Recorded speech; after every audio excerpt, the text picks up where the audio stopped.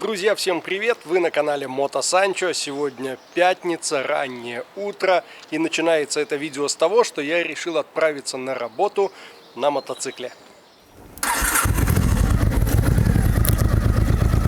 Неделя эта выдалась очень долгой, насыщенной. Было много интересной работы, много монтажей газа. И вот почти выходные, один день отработать осталось, но сегодня меня пригласили на мотофестиваль, который проходит под Белостоком. Расстояние, скажем так, не близкое, навигатор показывает 470 километров. Поэтому времени, чтобы заехать домой, переодеться и поужинать у меня уже не будет. Я все собрал, все упаковал в коляску. Еду на работу и оттуда прямиком стартую на восток.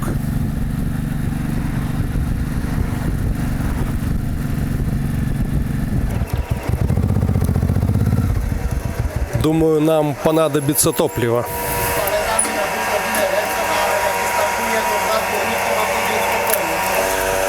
Не очень удобно, все места заняты грузовиками, но получается заправиться.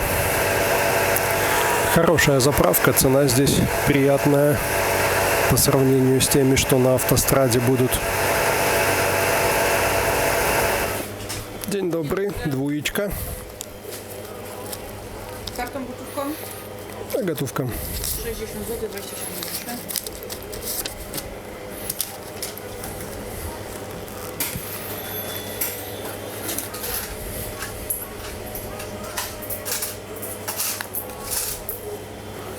Dziękuję. Dziękuję, do widzenia.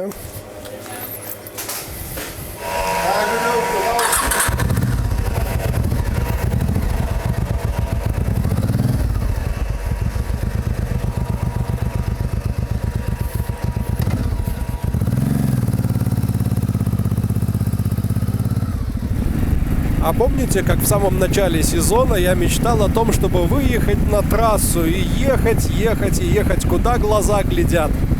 Кажется, сегодня у меня будет такая возможность.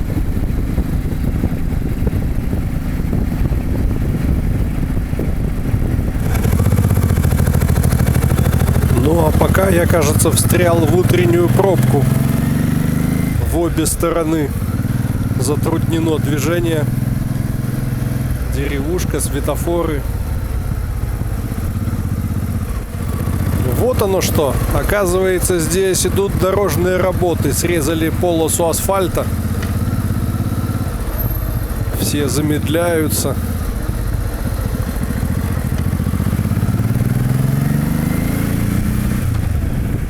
Я из-за этих пробок, кажется, уже опаздываю на работу.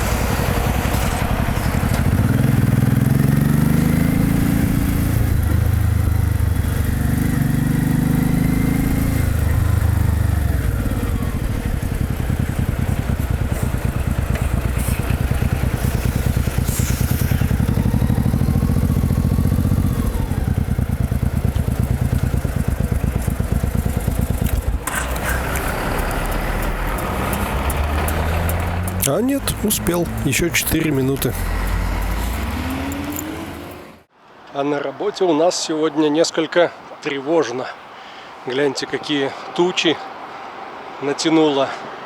А это, оказывается, и не тучи. Это что-то горит. Что-то большое. Дыма много. Прямо в нашу сторону все несет. Хорошо, что высоко.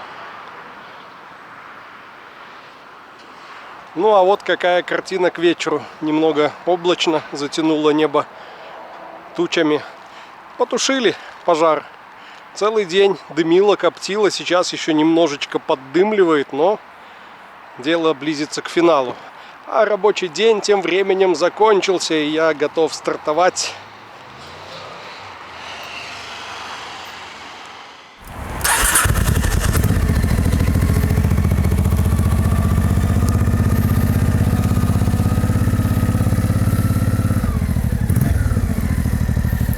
Ну, с Богом.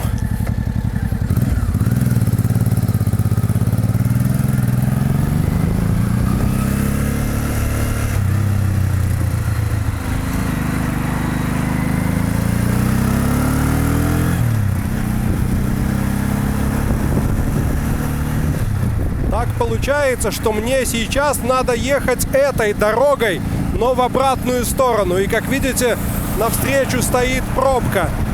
Нет смысла здесь в нее въезжать, поэтому я съезжаю в город, проеду по нему километров 5 параллельно этой трассе и на нее выйду там, где пробка заканчивается, за светофорами.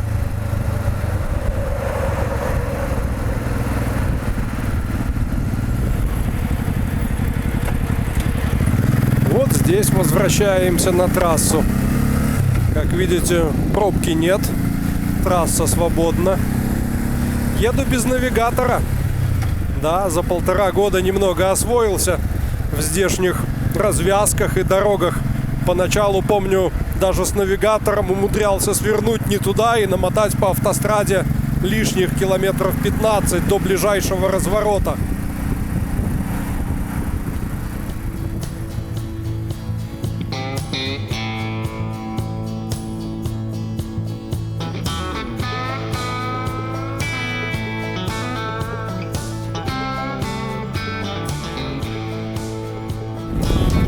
Уже и распогодилось.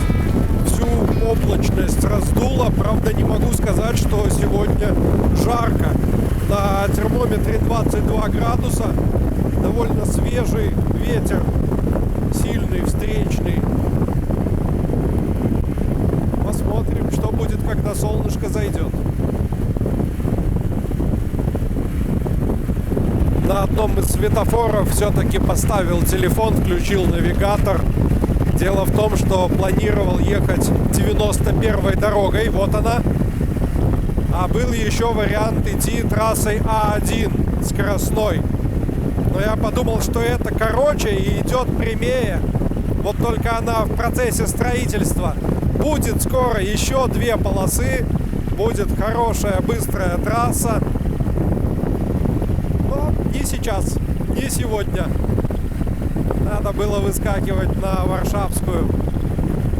Ну ладно, сейчас пройдем Ченстахову, а за ней как раз выйду на ту самую А1.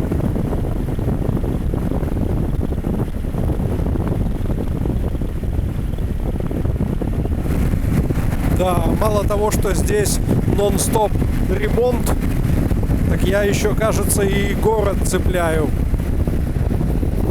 Могу еще и там в пробках постоять.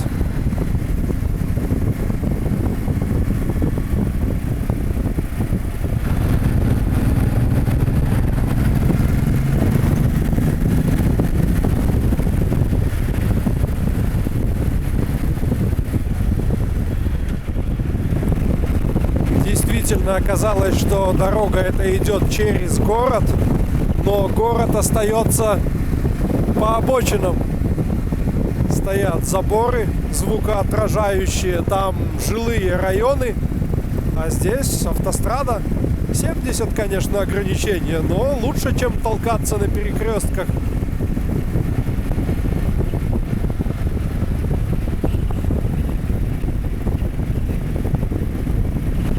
Ну вот, пожалуй, и первая значимая веха на маршруте. Спустя 1,5 часа после старта я проехал Ченстахову и выбираюсь на трассу А1. Направление Лодзь, Варшава, Белосток.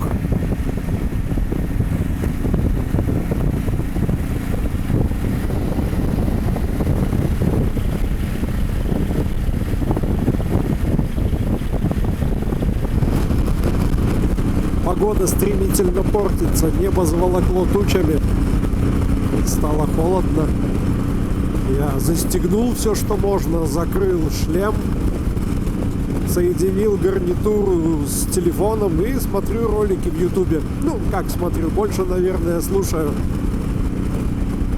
Как видите, пристроился за хорватским автобусом. Он идет где-то так соточку, и я соточку. Очень удобно, тандемом едем.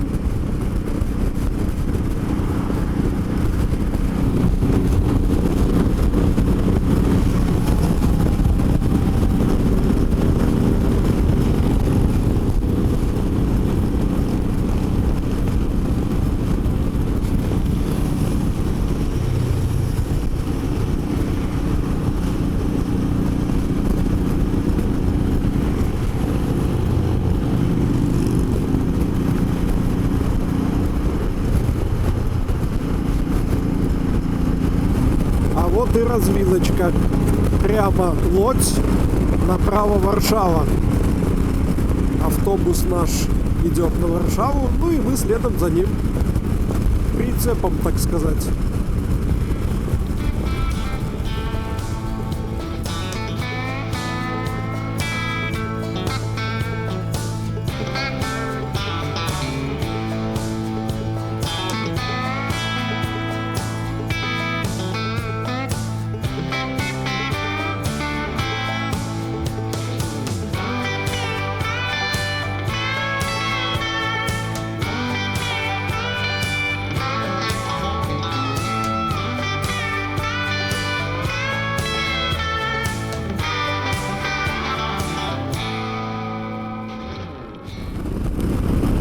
Вижу, на панели засветилась лампа топлива, а значит, надо запланировать остановку.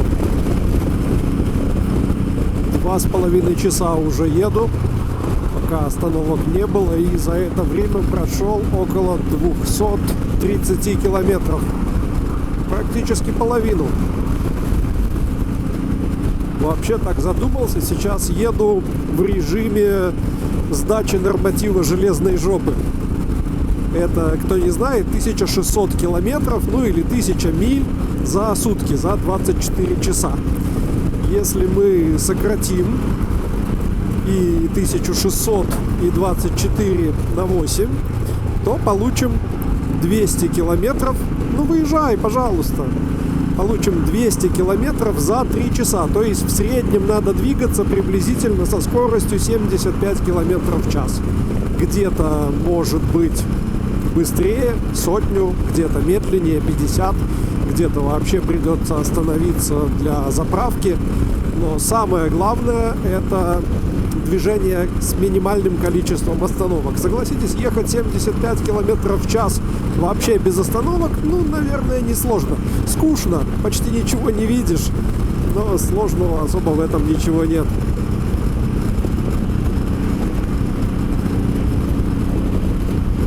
Буду посматривать по обочинам, где-нибудь найдем заправку, остановимся, заодно оденусь, начинаю уже подмерзать.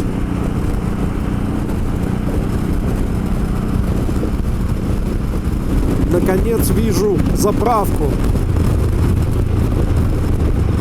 Станция Палив Моя.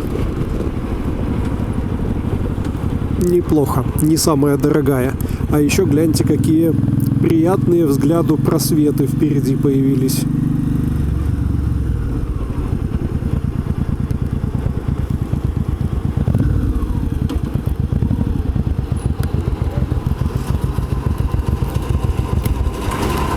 «95-й Е10. Полный бак, пожалуйста».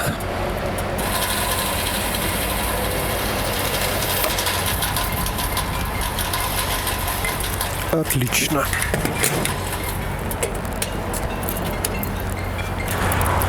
Оплатил. Сейчас отъедем в сторонку, быстренько одеваюсь и, не расслабляясь, мчим дальше.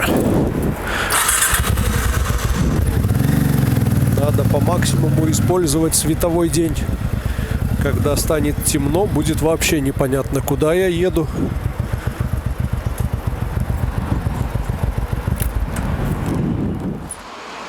Как видите, я готовился заранее.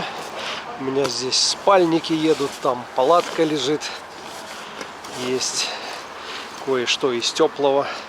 В Беларуси это называется байка, во всем остальном мире худи. Ну, такая кофта с капюшоном.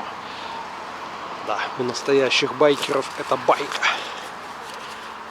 А еще хочу кинуть провод для зарядки телефона. У него уже 50%. В режиме навигатора он подъедает.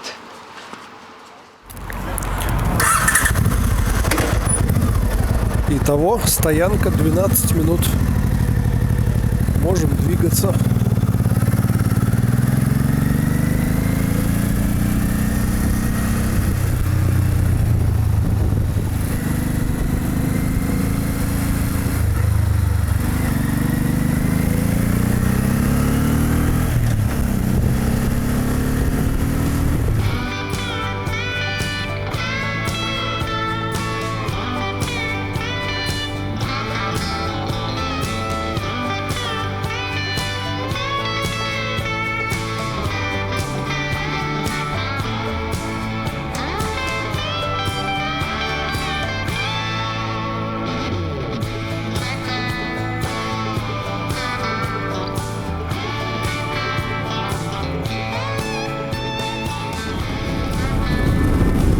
Мотоцикл везет, может купил, а может просто выбрался путешествовать, доедет до интересного места, мотоцикл сгрузит и на нем будет там кататься.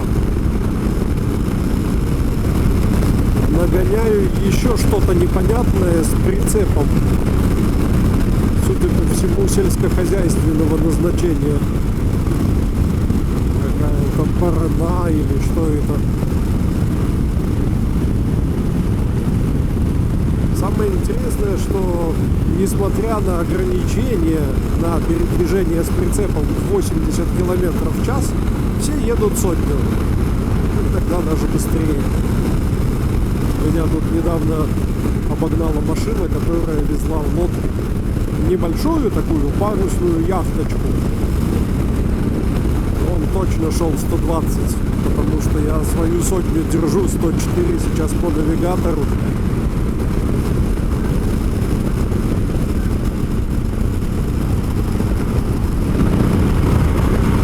Термометр прямо продолжает показывать 20 градусов Цельсия, хотя объективно доверия ему нет.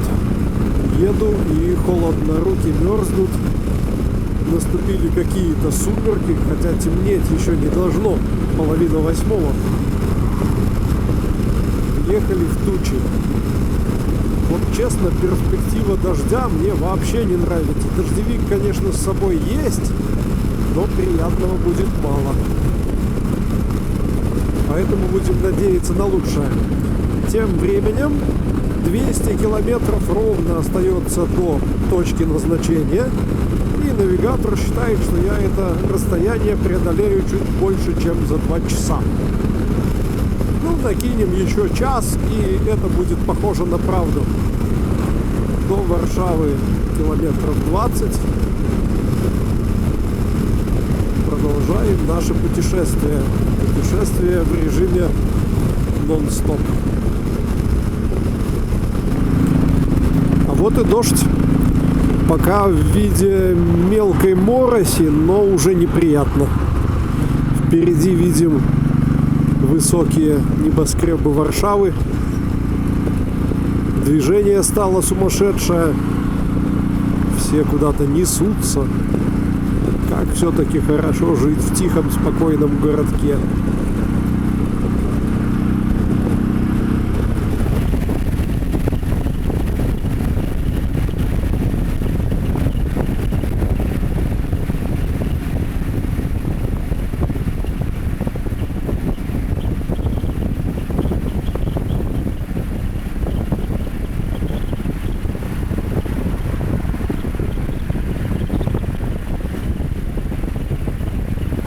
В катовицких пробках мы сегодня уже стояли. Постоим еще немного и в пробках варшавских. Начинается затор. И, судя по всему, это надолго. Желтый цвет на навигаторе плавно переходит в красный.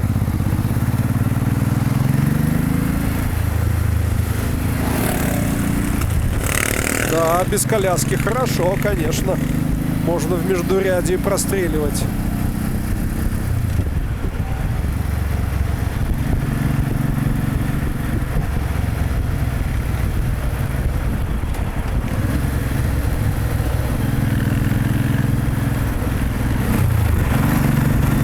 Где-то здесь надо не упустить момент и уйти. Ага, сначала направо, а потом оттуда каким-то образом налево. Ну вот направо мы, допустим, перестроились.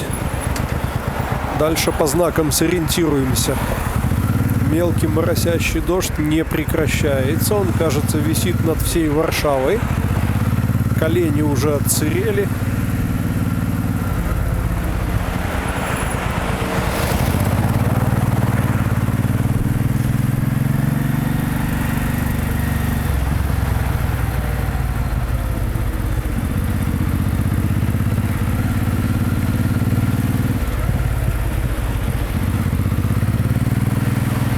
Ничего не понимаю. Кажется, нам вот сюда.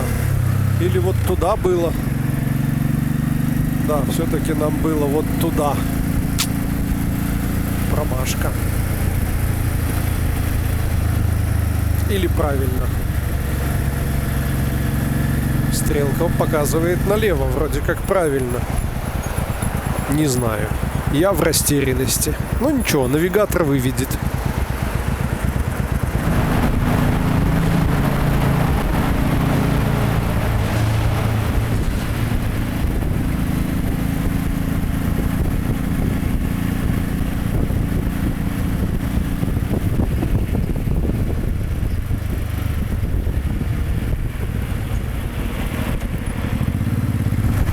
Кажется, мы подбираемся постепенно к выезду из Варшавы в сторону Белостока. И здесь еще одна пробка, но хотя бы дождь закончился. Кстати, в пробках хорошо согреваешься. От двигателя поднимается теплый воздух, отогревает колени.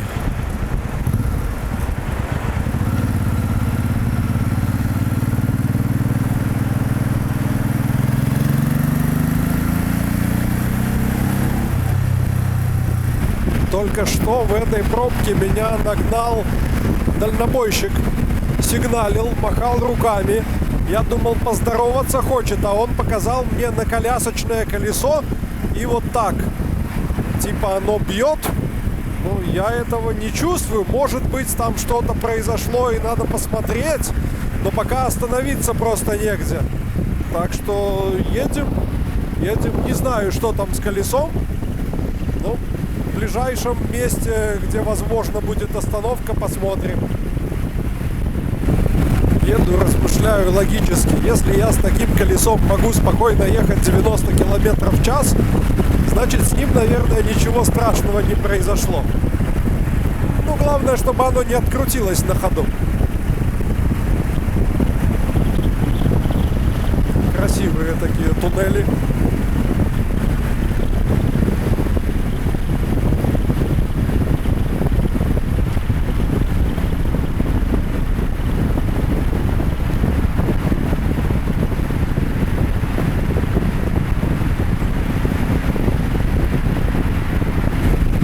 Варшава окончательно осталась позади. Еду, присматриваю место для остановки, пока все никак. Несколько машин стояло на обочине, поломавшихся, огражденных конусами. Конечно, не хотелось бы здесь останавливаться на автостраде. Слишком плотное движение и слишком высокие скорости. Опасно. Заправка бы подошла.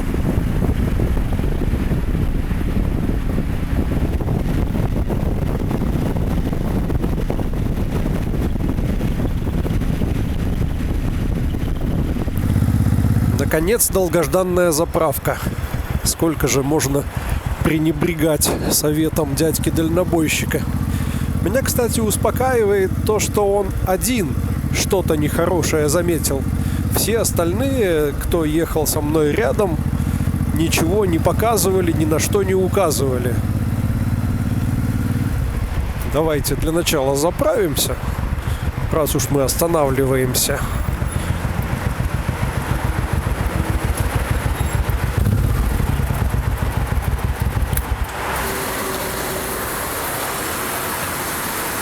«95-й по 6,89. Самый дорогой за сегодня.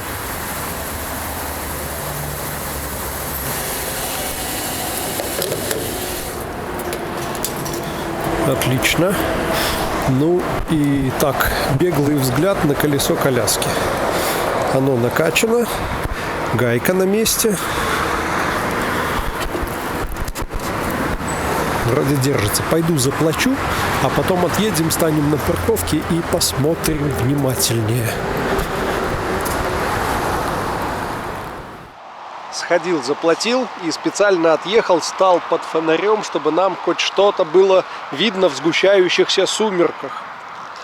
Итак, колесо накачано, давление держит, не болтается, ну, исключительно вместе с коляской. Гайка на месте, шплинт, который фиксирует гайку, тоже на месте, спицы все есть, боковой раскачки, ну, какая-то есть на сайлент-блоках, но я бы не сказал, что оно болтается.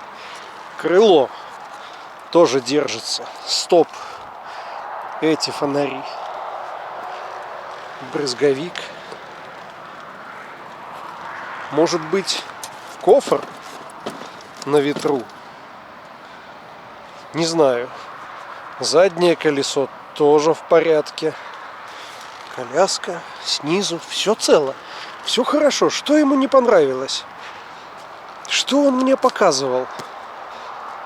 Только перепугал и засмущал меня в центре Варшавы. Будем считать, что все отлично. Я заправился.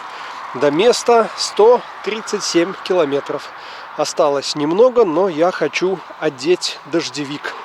Во-первых, тучи, во-вторых, похолодало. В общем, не помешает. Дождевик у меня где-то здесь. Конечно, дождевик не ахти какой утеплитель, но это дополнительный непродуваемый слой. А также вероятность дождя никто не отменял. Судя по всему, продолжается. Мелкий-мелкий такой накрапывает. Чувствую капли на лице.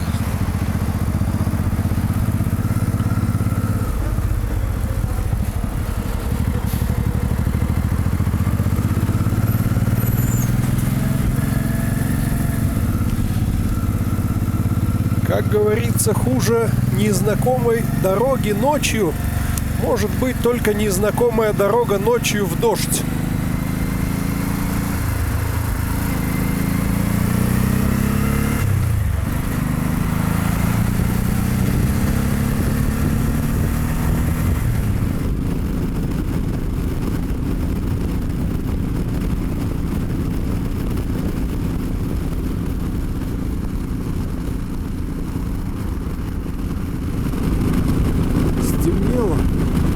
Особо и снимать нечего, и рассказывать не о чем. Бежит дорога под колеса и бежит, а по обочинам ничего не видно. Все чаще стали попадаться широкие полосы мокрого асфальта. Здесь явно прошел дождь, и в таких местах ощутимо холоднее. Как выезжаешь на сухой асфальт, сразу теплее становится. До съезда с автострады осталось всего 16 километров. И там еще около 25 по месту.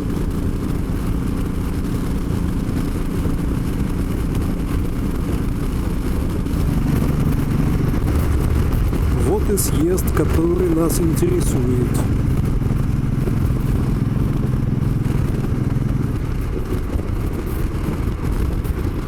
Самая сложная часть дороги, надеюсь, позади. это автострада.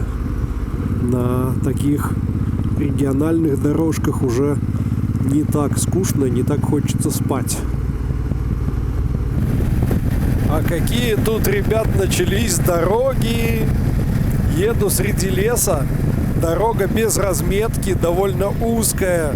Если посмотреть на навигатор, видим, что она называется «Неизвестная дорога». Но куда-то ведет. Есть с нее какие-то съезды, ответвления. Может, там жилье, хутора. Не знаю, в темноте ничего не понятно. Вот что-то светится справа. Какие-то комбайны стоят. Да, скорее всего, хутор. Надо, кстати, на таких дорогах поаккуратнее смотреть внимательно, поскольку может выйти какая-нибудь зверушка. Олень, лось, косуля, заяц.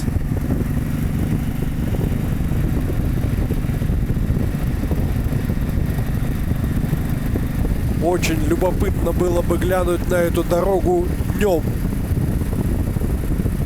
Лес, судя по всему, красивый. Но пока только гадать можно. Сосновые лапы практически смыкаются над дорогой. А я тут еду и думаю над всей этой ситуацией. Вот я утром был еще на работе.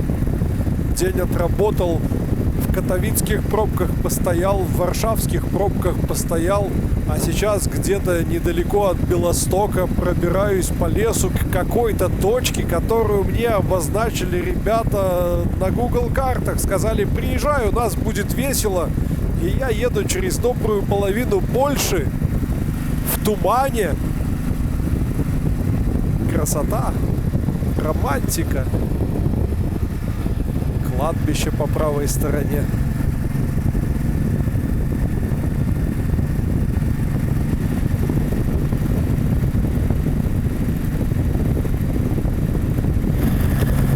Вот уже и конечная точка поместилась на экране телефона, на экране навигатора. Какая-то небольшая деревушка.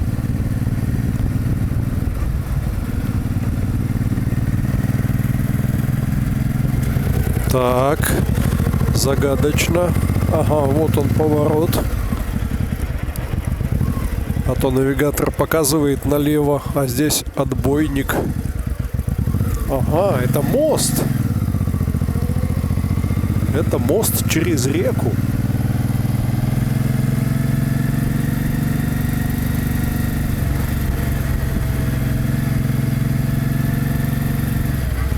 И дальше, кажется, асфальт заканчивается. Но мы уже близко. Надеюсь, отсюда будет виден костер или какие-нибудь обозначения будут.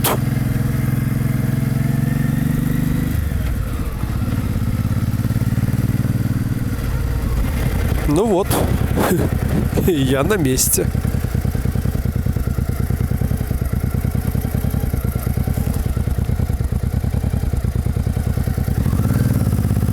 Поеду, покатаюсь по округе. Пока это просто поле у реки.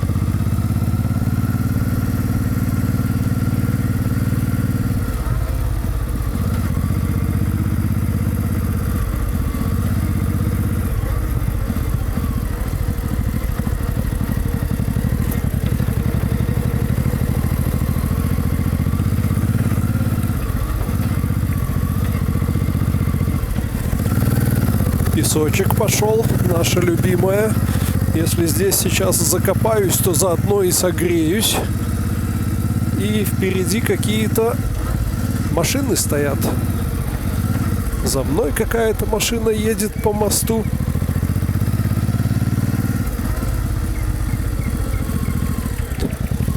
Птицы поют.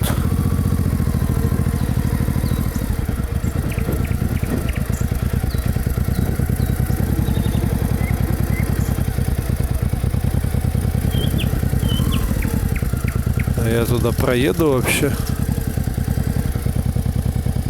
Есть у меня определенные сомнения.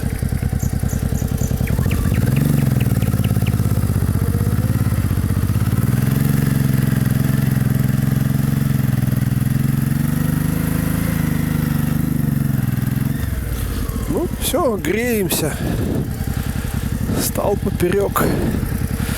Да, приехал я туда, но все, кажется, они вон они сидят.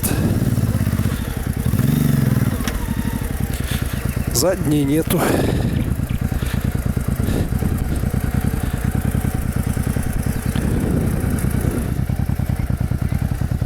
Уважаемый, Cześć! cześć. Cześć, cześć. Dawaj do przodu.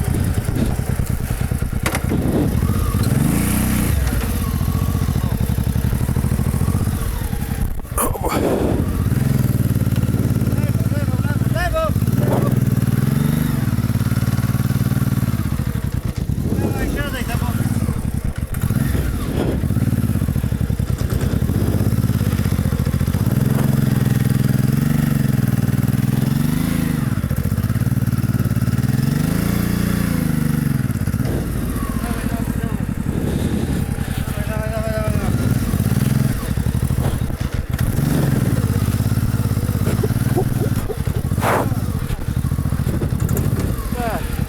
Сел. Starczy. Давай хоть сюда вытолкаем, где поплотнее. Ale gdzie chcesz? А не wiem. Tylko zostaw. Dobrze. Zgaś. Będziemy szukać. Все-таки, ребят, мы правильно добрались, правильно приехали. Костер есть, стол присутствует, хорошая компания единомышленников тоже в наличии. Так что будем обустраиваться и отдыхать.